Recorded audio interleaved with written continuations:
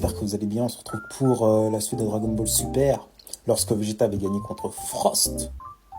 Et là, il affronte, comment il s'appelle lui? Magetta? Non, Ota Magetta, voilà. Le robot aussi présent. En fait, le combat, il est plus serré que ce que je pensais en plus. Et en fait, ce qui m'étonne dans ce combat-là, c'est que s'il n'y aurait pas cette option de sortie de ring, quand tu sors du ring, forcément, t'es éliminé, Vegeta, il perdait en vrai. Parce qu'il était moins fort que lui, physiquement. Une patate, le gars, il était KO. Du coup, technique de tricherie. Voilà, technique de tricherie, Vegeta, comme d'habitude, il envoie plein de boules quand il sait plus quoi faire. Du coup, il détruit l'arène tout simplement jusqu'à ce que le robot il sorte du ring.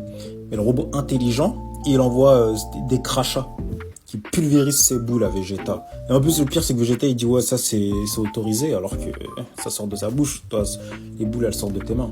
Mais bref. Et au final, comme il gagne Vegeta, il insulte le robot. Ça m'a fait penser avec Janemba, là. Quand, comment il s'appelle, Paul Kwan, il l'insulte.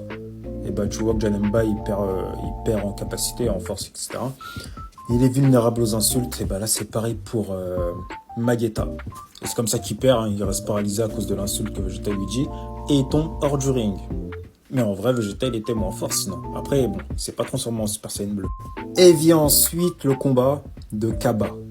Je sais ça, son nom, je crois que ça se prononce comme ça. En tout cas, c'est le Saiyan de l'univers 6. Bon, ce combat-là, c'était vraiment un tuto pour le coup. Quand Kaba lui dit, ouais, je sais pas me transformer en Super Saiyan, Vegeta, genre, il s'énerve et tout. Il lui met un coup. Et en gros, bon, il a dit qu'il allait détruire sa planète, etc.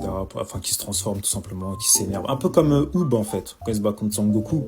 Ouais, c'est quasiment la même chose. Puis voilà, après, voilà, là, c'est le moment, justement, où il dit qu'il va détruire sa planète. Et ça m'a fait penser, non, c'est exactement la même chose. C'est un petit clin d'œil à Vegeta quand il tue Nappa, sauf là, il est en Super Saiyan. En vrai, pas mal. Et là, il se transforme, voilà, Kaba, en Super Saiyan 2. Parce qu'il a un cheveu comme Sangwan. C'est Sangwan en plus maigre. Sangwanado en plus maigre. C'est exactement la même chose. Mais bon, voilà. Et puis, il le finit en Super Saiyan bleu.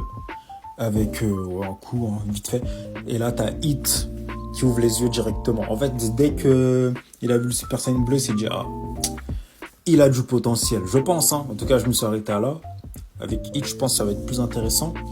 Et franchement, Hit, très stylé comme personnage. Il a le design d'être un personnage, d'être un antagoniste final. Je pense, en tout cas. Enfin, je trouve, c'est tout. Mais bref, voilà.